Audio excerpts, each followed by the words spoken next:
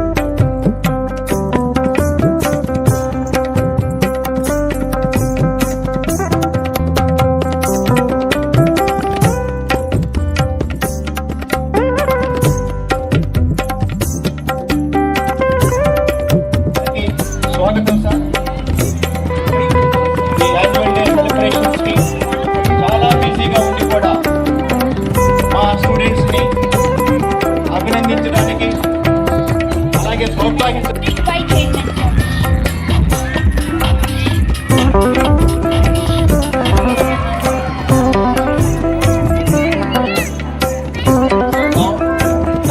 Requesting hour commissioner గారు to speak on higher studies. Thank you sir. Good evening అండి అందరికీ. ఇక్కడికి చేసిన విద్యా సంస్థల ఉపాధ్యాయులకు, యాజమాన్యాలకి, అలాగే పేరెంట్స్కి, స్టూడెంట్స్కి అందరికీ కూడా వెరీ గుడ్ ఈవినింగ్. సో ఈరోజు యాజమాన్యానికి మొదట ధన్యవాదాలు తెలియజేస్తూ, నేను కూడా ఒకప్పుడు ఉపాధ్యాయ వృత్తిలో ఉండి తర్వాత గ్రూప్ 1 సర్వీసెస్ ద్వారా మున్సిపల్ కమిషనర్గా వచ్చాను. సో అందుకని ఇక్కడ పేరెంట్స్ ఉన్నారు, తర్వాత పిల్లలు ఉన్నారు. ఎక్కువ సమయం నేను తీసుకోను. అందువల్ల ఒక చిన్న సందేశం ఇవ్వమని చెప్పేసి నాకు మేడం గారు వచ్చి నన్ను ఆహ్వానించడం జరిగింది. అందువల్ల ఇక్కడ పేరెంట్స్ కూడా నా సజెషన్ ఏంటంటే, ఇప్పుడు ఇక్కడ పిల్లలంతా కూడా మరి చిన్నపిల్లలు కాబట్టి వాళ్ళు వినే స్థితిలో కూడా లేనట్లుంది. పేరెంట్స్ ఉన్నారు. ఉన్న ప్రతి పేరెంట్కి కూడా ఒకరిద్దరు పిల్లలు ఉంటారు. సో వాళ్ళని చాలా అల్లారుముద్దుగా పెంచుకుంటూ ఆ ప్రేమ ఏదైతే ఉందో, అతి ప్రేమ అని చెప్పుకుంటామే, ఆ స్థాయికి వెళ్ళినప్పుడు మన చేతులారా మన పిల్లల్ని మనమే చెడగొట్టుకోవడం జరుగుతుంది. సో దానికి కూడా ఒక చిన్న ఉదాహరణ చెప్తా నేను. సైకలాజికల్గా చిన్నప్పుడు పిల్లవాడు నడక రాని వయసులో నడుచుకుంటూ వెళ్తుంటాడు. వెళ్తూ ఒక చిన్న బండనేదో అడ్డు తగిలి వాడి కింద పడిపోతాడు. పడిపోయిన వెంటనే పేరెంట్స్, తల్లి కానీ తండ్రి కానీ ఏం చేస్తారు అంటే, వాడి కింద పడి నడవడం చేతగాక కింద పడ్డాడు వాడు యాక్చువల్గా. కానీ పేరెంట్ వెళ్ళి ఏం చేస్తుందంటే, అమ్మ, తల్లి వెంటనే ఆ పిల్లవాడిని తీసి ఆ బండని కాలుతో ఇలా తంతుందనమాట. బండ మావాన్ని కిందేస్తావా అని బండని కాలుతో కొడుతుంది. అప్పుడు వీడు ఏడుపు మానేస్తాడు పిల్లవాడు. సో తల్లి చాలా హ్యాపీగా ఫీల్ అవుతుంది. కానీ దీని వెనక ఉన్న సైకలాజికల్ ఇంపాక్ట్ ఏంటి అంటే, అప్పుడు ఆ పిల్లవాడికి ఏమైపోతుంది అంటే, అరే తప్పు నాది కాదు, బండది తప్పు, బండ తప్పు చేసింది కాబట్టి నేను కింద పన్నానని చెప్పేసి వాడు తన తప్పుని ఇతరులపైకి నెట్టేటువంటి ఒక సైకలాజికల్ యాటిట్యూడ్ వాళ్ళలో డెవలప్ అవుతుంది. Thank you. సో అదే పిల్లవాడికి వస్తుందో దీనికి కారణం పేరెంటే. తప్పు చేసినప్పుడు ఒరే నువ్వు నడవడం చేతగాక బండ తట్టుకొని కింద పన్నావు అని నిజం తల్లి చెప్పి ఉంటే వాడు ఇంకొక గంట ఏడ్చి రియాలిటీకి వచ్చిండేవాడు. వాడు ఇప్పుడు ఏమైందంటే ఎస్కేపిజానికి అలవాటు పన్నాడు. తప్పుని ఇతరులపైకి నెట్టేటువంటి అలవాటుని మీరే చేశారు పేరెంట్స్గా. ఎప్పుడైతే చేశామో వాడు స్కూల్కి వెళ్ళాక మ్యాథ్స్లో ఫెయిల్ అవుతాడు. ఫెయిల్ అయితే ఎందుకురా మ్యాథ్స్లో ఫెయిల్ అయినావు అంటే మ్యాథ్స్ టీచరు సరిగా చెప్పదు అందుకే నేను ఫెయిల్ అయినా అంటాడు. అదే స్కూల్లో అదే క్లాస్లో ఉన్న 90 మంది పిల్లలు పాస్ అయినాడు, వీడు ఫెయిల్ అయినాడు అంటే మరి అదే మ్యాథ్స్ టీచర్ చెప్తే వాళ్ళు పాస్ అయినారు. వీడు ఫెయిల్ కావడానికి మ్యాథ్స్ టీచర్ ఒరిజినల్గా కారణం కాదు, కానీ మన యొక్క యాటిట్యూడ్ వల్ల, పేరెంట్ యొక్క యాటిట్యూడ్ వల్ల పిల్లవాడిని మనమే చెడగొట్టుకుంటున్నాం. ఈ విధంగా ఒక ఎస్కేపిజం అనేటువంటి యాటిట్యూడ్ వాడు డెవలప్ చేసుకుంటాడు. అందుకని దయచేసి పేరెంట్స్, ప్రతి ఒక్క పేరెంట్ ఏం చేయాలంటే పిల్లవాడు ఏదైనా తప్పు చేస్తే ఆ తప్పుని వెంటనే దండించి వాడిని దారిలో పెట్టే పని మీరు చేయండి.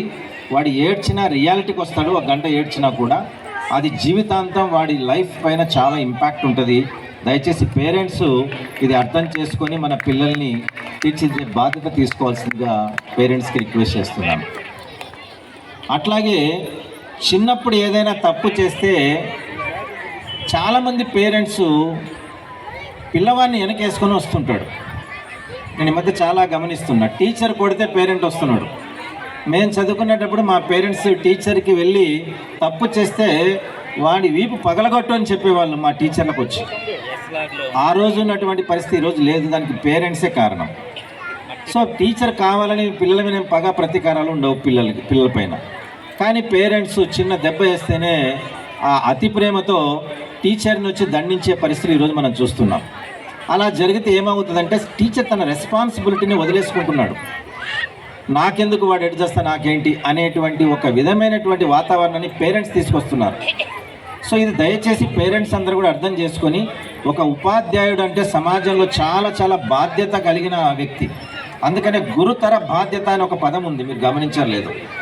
ఈ సమాజంలో ఎవ్వరికి లేని బాధ్యత ఒక గురువుకే ఉంటుంది. అందుకనే గురుతర బాధ్యత అనే పదం వచ్చింది. అందుకని ఒక ఆయన అంటాడు, ఒక డాక్టర్ విఫలుడైతే ఒక పేషెంట్ చచ్చిపోతాడు, ఒక ఇంజనీర్ ఫెయిల్యూర్ అయితే ఒక డ్యామ్ కూలిపోతుంది, కానీ ఒక ఉపాధ్యాయుడు విఫలమైతే జాతి నశిస్తుంది అంటాడు అన్నమాట. అంత బాధ్యత ఉంది ఉపాధ్యాయునికి. అందుకని ఒక సమాజ నిర్మాణంలో చాలా కీలక పాత్ర ఉపాధ్యాయునిది. ఉపాధ్యాయుడు చేస్తున్న ప్రతి పనిని పేరెంట్స్ సపోర్ట్ చేయండి.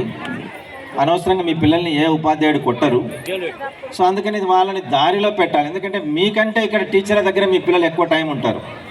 సో దయచేసి అందరూ కూడా పేరెంట్స్ ఇది అర్థం చేసుకొని మన పిల్లల్ని, మన బాధ్యత, క్రమశిక్షణ అనేటువంటిది ఉపాధ్యాయుడే కాదు పేరెంట్ బాధ్యత కూడా. ఒక పిల్లవాడు చెడిపోతున్నాడంటే అది చాలా వరకు ఉపాధ్యాయుల బాధ్యత, దాంతోపాటు పేరెంట్స్ బాధ్యత కూడా ఉంటుంది. సో అందుకని పేరెంట్స్ అందరూ కూడా పిల్లల పెంపకంలో చాలా చాలా సున్నితమైన అంశాలని జాగ్రత్తగా పరిశీలించాలి. అది పిల్లవాడు చెడిపోయేదానికి కారణమవుతుంది. ఇలాంటి చాలా ఉదాహరణలు చెప్పుకోవచ్చు. ఇంట్లో పేరెంట్ ఉంటాడు, ఒక అప్పుల వాడు వస్తాడనమాట. వస్తే వాళ్ళ నాన్న ఏమంటాడు, వాళ్ళ భార్యకు చెప్తుంటాడు, ఇంట్లో లేడని చెప్పు అంటాడు అనమాట. వచ్చిన అప్పుల వాడికి ఇంట్లో లేడని చెప్తే పిల్లవాడు గమనిస్తుంటాడు. చాలా అబ్జర్వేషన్ ఉంటుంది చిన్నతనంలో పిల్లలకి. అంటే తండ్రి అబద్ధం చెప్తుంటాడు, పిల్లవాడు దాన్ని చూస్తే తప్పు కాదు ఇది అనేటువంటి ఒక ఫీలింగ్కి వెళ్ళిపోతాడు. అంటే ఇంట్లో ఉన్నా కూడా లేడని చెప్పు అంటే తల్లి చెప్తూ ఉంటే తల్లి తండ్రి ఇద్దరు అబద్ధం చెప్తే అదేం పెద్ద ప్రాబ్లం కాదు అనేటువంటి ఒక యాటిట్యూడ్ పిల్లలకి వెళ్ళిపోతుంది. అందుకని పేరెంట్స్, సో చిన్నతనంలో చదువుకునేటటువంటి పిల్లలకి అందరికి కూడా, ఆల్ స్టూడెంట్స్, ఒక చిన్న కథ మీకోసం, ఒక చిన్న కథ చెప్తున్నాను. ఒక 2 నిమిషాలు వింటే ఈ కథ మీకు ఎలా ఉపయోగపడుతుందో అర్థమవుతుంది. ఒక సైన్స్ టీచర్ ఏం చేస్తుందంటే, గ్రామాల్లో ఉన్న వాళ్ళకైతే బాగా తెలుసు, కోడి గుడ్లు పెట్టిన తర్వాత 4 వారాలు అంటే 21 డేస్కి ఇస్తున్నారు teacher, biology teacher, science teacher. 21 day వచ్చింది కాబట్టి ఈరోజు ఆ గుడ్లలోంచి కోడి పిల్లలు ఒక్కొక్కటి బయటకు వస్తాయి, మీరు చూద్దారంటే పిల్లలు చాలా ఇంట్రెస్ట్గా అందరు వచ్చారు అక్కడికి. అందరూ చూస్తున్నారు. ఆ కోడి గుడ్లు ఏవైతే ఉన్నాయో 20 కోడి గుడ్లు ఉన్నాయి. అందులోంచి ముక్కుతో ఇలా ఇలా ఆ కోడి పెంకుని కొట్టేసి ఆ తర్వాత ముక్కు బయటకు వస్తుంది, ఆ తర్వాత రెక్కలతో ఇలా ఇలా కొట్టేసి ఆ పెంకుని పగలగొట్టుకొని కోడి పిల్లలు ఒక్కొక్కటి బయటకు వస్తున్నాయి. ఇది గమనిస్తున్నారు పిల్లలు. టీచర్ ఈలోగానే మీరు గమనిస్తూ ఉండండి, నేను ఇప్పుడే చిన్న పనిని మళ్ళీ వస్తాను. టీచర్ అలా వెళ్ళారు. దాదాపుగా 16 కోడి గుడ్లలోంచి పిల్లలు పగలగొట్టుకొని బయటకు వచ్చేసాయి. ఒక 4 మాత్రం ముక్కు మాత్రమే బయటకు ఉంది, అవి బయటికి రాలేకున్నాయి. అప్పుడు ఏం చేశారంటే పిల్లలు, అరే పాపం ఇవి చాలా కష్టపడుతున్నాయి, మనం హెల్ప్ చేద్దామని చెప్పేసి ఆ స్టూడెంట్స్ ఏం చేస్తారంటే కోడి గుడ్డు యొక్క పెంకుల్ని పగలగొట్టి కోడి పిల్లల్ని బయటికి తీస్తారు. తీస్తే ఆ పిల్లలు అలా నడుచుకుంటూ కాస్త ముందుకెళ్ళి కింద పడి ఆ 4 చచ్చిపోతాయి. టీచర్ వచ్చి ఏం చేశారా అంటే, మేడం 16 ఎగ్స్లోంచి పిల్లలన్నీ పగలగొట్టేసుకొని రెక్కలతో అటు ఇటు కొట్టేసి పెంకును పగలగొట్టుకొని వచ్చాయి, ఒక 4 మాత్రం పాపం రాలేకుంటే మేము హెల్ప్ చేస్తాం మేడం అని స్టూడెంట్స్ చెప్తారు.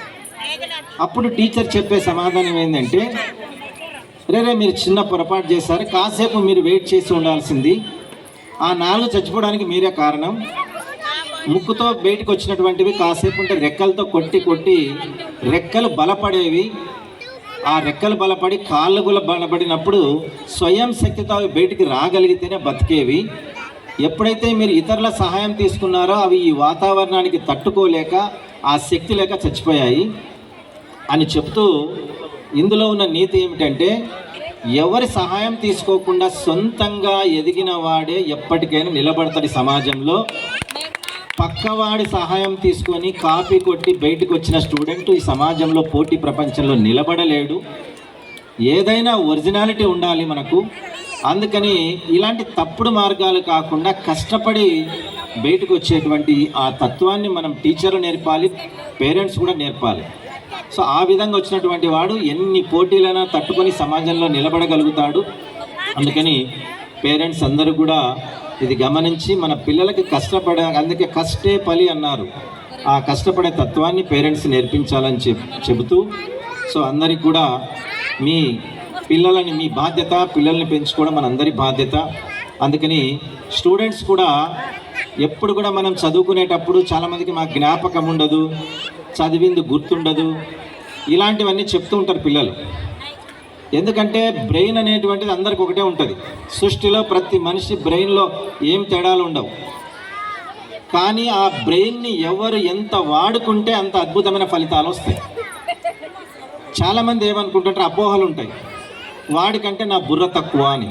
ఇది చాలా తప్పు. ఇది అందువల్ల అందరికీ ఒకే విధమైనటువంటి నాలెడ్జ్ ఉంటుంది. అందుకని ప్రతి స్టూడెంట్ కూడా తను ఎక్కువ టయాన్ని మనము చదవడానికి ఉపయోగిస్తే అద్భుతమైనటువంటి ఫలితం వస్తుంది. అందుకని ఎప్పుడు కూడా చాలామంది టీచర్స్ కూడా మనం గమనిస్తే పిల్లవాడు తనకంటే పక్కవాడి పైన ఎక్కువ ధ్యాస ఉంటుంది. వాడు ఏం చేస్తున్నాడు, వీడేం చేస్తున్నాడు, ఇలాంటివి ఉంటాయి. అందుకని ఒక ఆయన ఏం చెప్పాడంటే, if you start focusing on yourself you will grow. If you start focusing on yourself you will grow. If you start focusing on other things or useless things will grow. అందుకని మన పైన మనము focus చేసుకుంటే మనం ఎదుగుతాము. ఇతరుల పైన focus చేస్తే ఇతరులు ఎదుగుతారు తప్ప నువ్వు ఎదగలేవు, నువ్వు అక్కడే ఉంటావు. సమాజంలో ఇది పిల్లలకే కాదు పెద్దలకు కూడా వర్తిస్తుంది. మనకంతా కూడా చాలామందికి పాజిటివ్ యాటిట్యూడ్ కంటే నెగటివ్ యాటిట్యూడ్ ఎక్కువ ఉంటుంది. పక్కవాడు ఎదుగుతున్నాడు, వాడు చేస్తున్నాడు అని ఈ ఫోకసింగ్ ఎక్కువ ఉంటుంది. నువ్వేం చేయాలో నీ గురించి ఆలోచించుకుంటే ఆ టయాన్ని పక్కవాడి మీద పెట్టకుండా నీ పైన నువ్వు పెట్టుకోగలిగితే నువ్వు డెవలప్ అయ్యేదానికి అవకాశం ఉంటుంది. సో అందుకని ఇక్కడికి విచ్చేసి నా ఉపన్యాసాన్ని విన్న పేరెంట్స్కి, స్టూడెంట్స్కి, అధ్యాపక బృందానికి అందరికీ కూడా ధన్యవాదాలు. Thank you very much. ఏ రకంగా కొన్ని విషయాలని తెలియజేస్తాం అనేది అర్థం చేసుకొని, ఇలాగే ఉంటుంది క్లాస్ రూమ్లో కూడా. ఎవరైతే జాగ్రత్తగా వింటారో వాళ్ళు బాగా మంచి మార్కులు, మంచి స్కోర్ సాధిస్తారు, భవిష్యత్తులో కూడా అలా ఉన్నతంగా ఎదుగుతారు. కాబట్టి వాళ్ళని గమనించి టీచర్స్ కానీ మీరు కానీ అందరం కలిస్తే మళ్ళీ ఎవరైతే కాన్సన్ట్రేట్ చేయలేదో వాళ్ళని మనం కాన్సన్ట్రేట్ చేసేలాగా చేసి భవిష్యత్తులో వాళ్ళని బాగా ఎదిగేలాగా పనికొస్తుంది. So wonderful message sir, thank you very much. కాకపోతే మా టీచింగ్ కమ్యూనిటీ ఒక టీచర్ని కోల్పోయాము. అఫ్కోర్స్ కమిషనర్ గారి రూపంలో ఆయన అవతరించినా కానీ ఎంతోమంది విద్యార్థులను డైరెక్ట్గా ఆయన మోటివేట్ చేయగల పరిస్థితి ఉండింది. కానీ కమిషనర్గా మరి ఆయన మంచి ఉన్నత స్థితికి వెళ్ళినప్పటికీ ఉపాధ్యాయునిగా మేము ఆయన్ని ఒక మిస్ అయినట్టుగా మేమైతే భావిస్తున్నాం. Thank you sir, thank you very much. Now honoring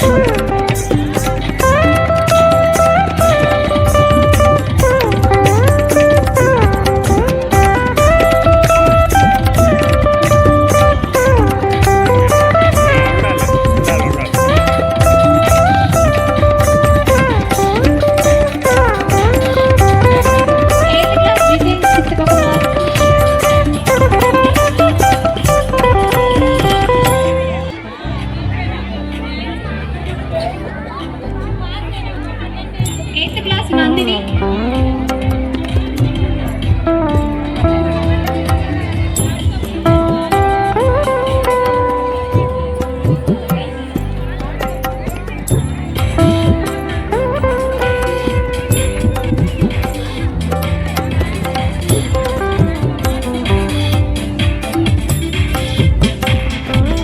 Seventh class Mokshagna.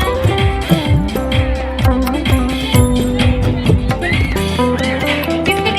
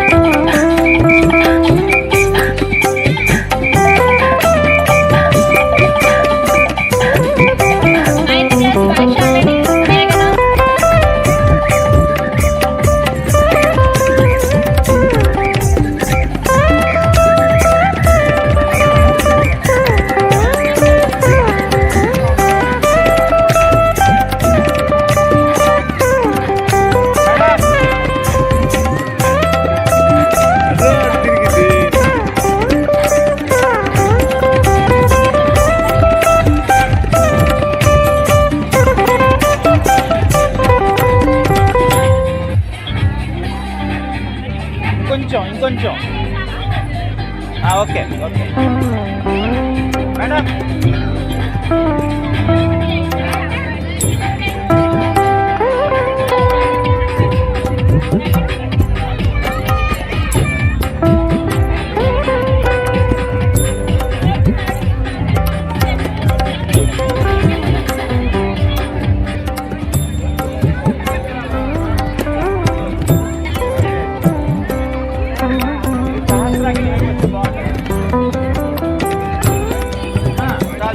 కొంచెం